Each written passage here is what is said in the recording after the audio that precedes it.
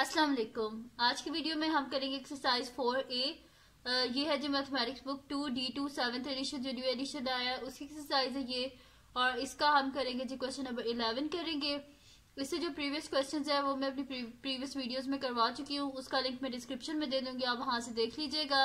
और अगर अभी तक आपने मेरा चैनल सब्सक्राइब नहीं किया तो इसको सब्सक्राइब कर दीजिए और बेल आइकन को लाजमी प्रेस कीजिएगा ताकि आपको न्यू आने वाली वीडियोस के बारे में पता चल सके। तो स्टार्ट करते हैं। हमारे पास है एक्सरसाइज 4A और इसका क्वेश्चन नंबर 11 हम करेंगे। तो मैं यहाँ पे लिख लेती हूँ क्वेश्चन नंबर 11।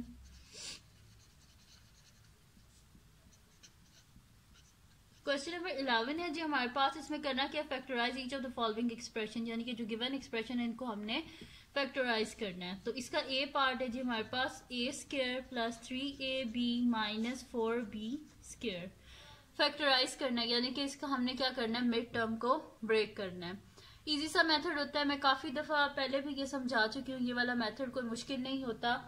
इसमें जस्ट एक ही ट्रिक होती है कि आपने करना क्या होता है कि इसका जो फर्स्ट और लास्ट टर्म है उनको आपस में आप मल्टीप्लाई कर दें, यानी कि ये फर्स्ट टर्म है और ये लास्ट टर्म है, इन दोनों को आप आपस में मल्टीप्लाई करें तो हमारे पास क्या आएगा, a² multiply by minus 4b square, तो प्लस माइनस माइनस a² और 4b, तो 4a² b स्क्वायर, यानी कि मल्टीप्लाई करें तो माइनस 4a² b स्क्वायर आना चाहिए और मिडल में क्या है 3ab।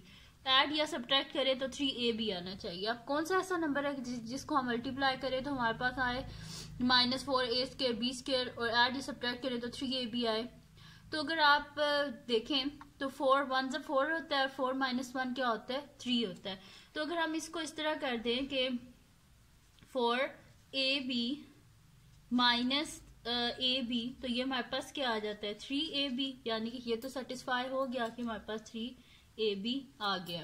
अब क्या करते हैं, इनको मल्टीप्लाई करके भी देख लेते हैं। तो हमारे पास क्या आएगा 4ab multiply by minus ab, तो ये हमारे पास क्या आ जाएगा plus minus minus 4a into a square, b into b square, minus 4a² b square. ठीक है जी। अब हम करते क्या है कि जो 3ab है ना, इसकी जगह आप लिख दें 4ab माइनस ab यहाँ पे। ठीक है, तो सोल्यूशन स्टार्ट करते हैं। पहले मैं एक दफा लिख लेती हूँ क्वेश्चन जो है हमारे पास। बिल्कुल मुश्किल क्वेश्चन नहीं होते। Mid term break, just first और लास्ट टर्म को मल्टीप्लाई करें और फिर देखें कौन सा ऐसा नंबर है कि जिसको मल्टीप्लाई करने से हमारे पास ये फर्स्ट और लास्ट टर्म का प्रोडक्ट है और ऐड सब्ट्रैक्ट करने से मिडिल टर्म आ जाए, माइनस 4b स्क्वायर। अब हम क्या कर लेते हैं, यहाँ पे मैं लिख लेती हूँ 3ab की जगह 4ab माइनस ab, तो a² plus 4ab minus ab minus 4b square, ये हो गया हमारे पास। अब फर्स्ट टू टर्म्स में से देखें क्या कॉमन है, हमारे पास a कॉमन है तो a को कॉमन ले लिया, अंदर क्या आ जाएगा a plus 4a by common ले चुके हैं b आ जाएगा, माइनस का साइन। नेक्स्ट टू टर्म्स में से देखें क्या कॉमन है, b कॉमन है तो अंदर क्या आ जाएगा a by minus sign common लिया तो अंदर साइन चेंज हो जाएगा, माइनस है तो ये क्या हो जाएगा प्लस, और साथ में 4 देखिए b स्क्वायर है, एक 4 बाय कॉमन ले चुके हैं तो अंदर एक b आ जाएगा। ठीक है जी। अब आपने करना क्या है, एक दफा इन दोनों टर्म्स को लिख ले और एक दफा इन दोनों टर्म्स को आप लिख लें, तो ये हमारे पास आ जाएगा a प्लस 4b और a माइनस b। ठीक है जी, तो ये आ गया हमारे पास इसका आंसर। अच्छा, इससे कोई फर्क नहीं पड़ता कि a माइनस b अगर आप पहले लिख लें और a प्लस 4b बाद में लिख लें, कोई फर्क नहीं पड़ता, दोनों सेम ही होता है क्योंकि मल्टीप्लाई है। नेक्स्ट इसका हम पार्ट कहते हैं जो कि हमारे पास है, इसका b पार्ट है जी हमारे पास के c² minus 4cd minus 21d square. ठीक है, इसके भी फर्स्ट और लास्ट टर्म को हम आपस में मल्टीप्लाई करेंगे तो हमारे पास क्या आएगा c² multiply by minus 21d square, तो ये क्या आ जाएगा माइनस 21c² d स्क्वायर, और मिडल में क्या है हमारे पास माइनस 4cd। अब हमने कुछ ऐसे दो नंबर ऐसे ढूंढने हैं कि जिनको हम मल्टीप्लाई करें तो हमारे पास माइनस 21c² d स्क्वायर है और ऐड सब्ट्रैक्ट करें तो हमारे पास क्या आना चाहिए माइनस 4cd। तो आप देखें 21 किसके टेबल में आता है, 7 3 से 21 होता है और 7 में से 3 को माइनस करें तो क्या होता है 4 होता है, लेकिन यहाँ पे माइनस 4cd है। जब हम 7 में से 4 को माइनस 7 में से 3 को माइनस करते हैं तो हमारे पास प्लस 4 आता है, लेकिन यहाँ पे माइनस 4 है, यानी कि बड़ी टर्म के साथ अब हमने माइनस रखना है। तो ये कुछ इस तरह होगा जी हमारे पास कि -7CD और मल्टीप्लाई बाय 3CD, तो ये हमारे पास क्या आ जाएगा, plus minus minus, 7 3 21, C into C square, D into D square, और -7CD प्लस 3CD हमारे पास क्या आ जाएगा, प्लस माइनस माइनस होता है, 7 में से 3 गए 4CD, और बड़ी टर्म के साथ माइनस ऐसे जैसे माइनस आ जाएगा। तो अब -4CD की जगह हम लिखेंगे -7CD plus 3CD। Solution start करते हैं जी। आसान से ये क्वेश्चंस होते हैं, बस आपको एक तो टेबल्स आने चाहिए, इजीली आप सॉल्व कर लेंगे। C square -4CD -21D square, तो ये हमारे पास हो जाएगा जी C स्क्र, -4CD की जगह ये लिखते -7CD plus 3CD -21D square. ठीक है जी। अब हम क्या करते हैं, फर्स्ट टू टर्म में से कॉमन ले लेते हैं। तो फर्स्ट टू टर्म में से क्या कॉमन आ रहा है, C कॉमन आ रहा है, तो C को कॉमन ले लें, अंदर क्या आ जाएगा C -7, C को तो बाहर कॉमन ले चुके हैं, D आ जाएगा। नेक्स्ट टू टर्म में देखिए क्या कॉमन है, 3 कॉमन है नेक्स्ट, और D कॉमन है हमारे पास, तो अंदर क्या आ जाएगा C -3 7 21, D एक बार कॉमन ले चुके हैं, D स्क्वायर है, तो यहाँ पे खाली D आ जाएगा। अब आपने करना क्या है, एक दफ़ा इन दोनों टर्म्स को लिख लें और एक दफ़ा इन दोनों टर्म्स को लिख लें, तो ये हमारे पास आ जाएगा C -7D और C प्लस 3D। ठीक है जी, तो ये आ गया हमारे पास इसका आंसर। सही है, बी पार्ट भी सॉल्व हो गया। अब हम करते हैं इसका नेक्स्ट पार्ट जो कि हमारे पास है इसका सी पार्ट, वो हम सॉल्व करते हैं। तो सी पार्ट है जी हमारे पास के सॉरी सी पार्ट है कि 2h square plus 7hk minus 15k square. Solution start करते हैं इसका हम। ओके, तो ये हमारे पास है 2h square plus 7hk minus 15k square. अब इसकी फर्स्ट और लास्ट टर्म को आप आपस में मल्टीप्लाई करें तो हमारे पास क्या आएगा, फर्स्ट और लास्ट को हम आपस में मल्टीप्लाई करते हैं तो ये हमारे पास क्या आ जाएगा 2h square multiply by minus 15k square. तो ये हमारे पास क्या हो जाएगा plus minus minus 2 15 30 h square k square और मिडल में क्या है हमारे पास 7hk। ठीक है जी, अब दो टर्म्स ऐसी ढूंढनी है कि जिनको मल्टीप्लाई करें तो minus 30h square k square आए और ऐड ये सब्ट्रैक्ट करें तो 7hk आए। तो 30 किसके टेबल में आता है, एक तो हमारे पास होता है 15 2 ज़ा 30, ठीक है, लेकिन 15 में से 2 को आप माइनस करें तो हमारे पास क्या आता है 13 आता है। 15 में 2 को ऐड करें 17 आता है। तो यहाँ पे तो हमें 7hk चाहिए, इस वजह से 15 2 ज़ा ये वाले हमारे पास प्रॉपर फैक्टर्स नहीं है। और किसी टेबल में देखते हैं 10 3 ज़ा 30 होते हैं और 10 में से 3 को माइनस करें तो 7 होता है, यानी कि ये ठीक है। तो हम यहाँ पे कर देते हैं 10hk मल्टीप्लाई बाय 3hk, तो ये हमारे पास क्या हो जाएगा -3 करते हैं क्योंकि 10 में से 3 माइनस करेंगे तभी तो 7 आएगा।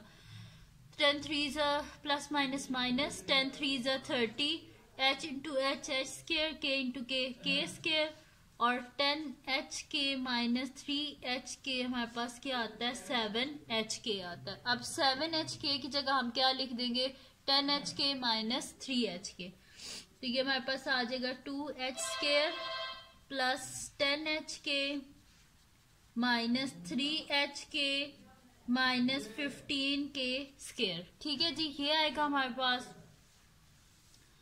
अब हम क्या कर लेते हैं, फर्स्ट टू टर्म्स में देखते हैं कि क्या कॉमन है 2 और क्या कॉमन है h कॉमन है, तो अंदर क्या आ जाएगा h plus 2 5 10 h already common ले चुके हैं k आ जाएगा।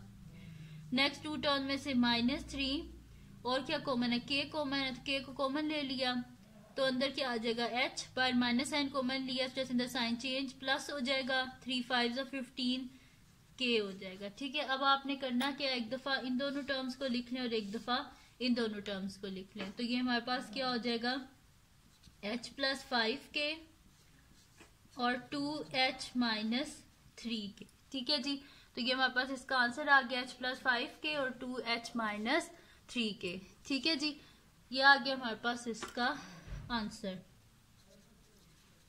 अब हम क्या करते हैं, इसका नेक्स्ट पार्ट करते हैं जो कि हमारे पास है इसका डी पार्ट। डी पार्ट क्या है, 3m square minus 16mn minus 12n square. इसका सोल्यूशन स्टार्ट करते हैं हम।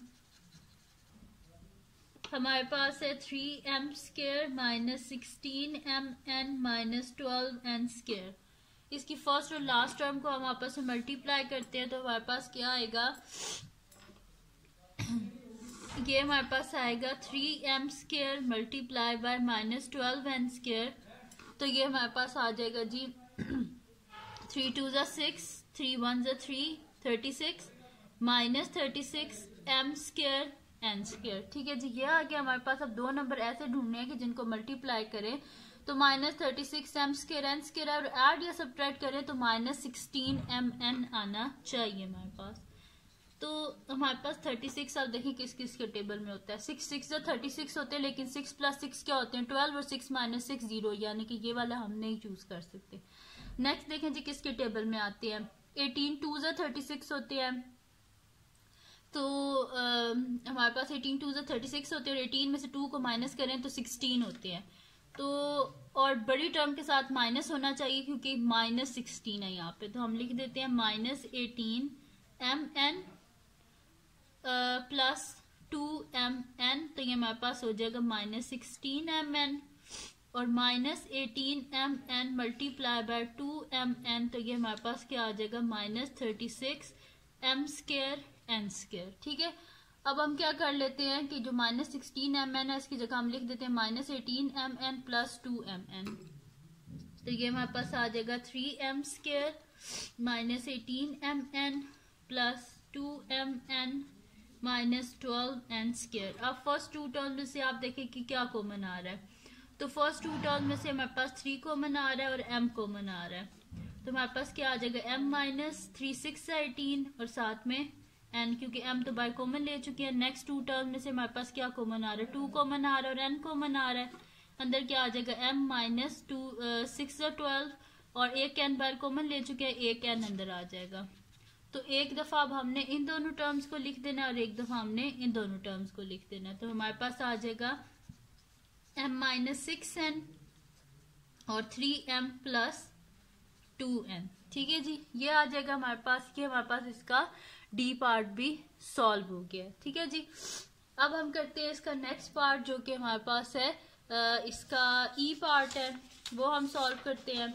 अच्छा, इसका जो ई पार्ट है वो मैं आपको करवाऊंगी और इसका जो लास्ट पार्ट है वो आप खुद करने की कोशिश कीजिएगा, इंशाल्लाह आप खुद सॉल्व कर लेंगे। ठीक है जी, तो इसका ई पार्ट मैं आपको करवाती हूँ क्योंकि ई और एफ आपस में सेम है, क्योंकि इसमें से भी कॉमन लेना है और जो नेक्स्ट पार्ट है उसमें से भी कॉमन ही आएगा। तो 3p square plus 15pq plus 18q square, ये है जी हमारे पास। इसका मैं सोल्यूशन स्टार्ट करती हूँ।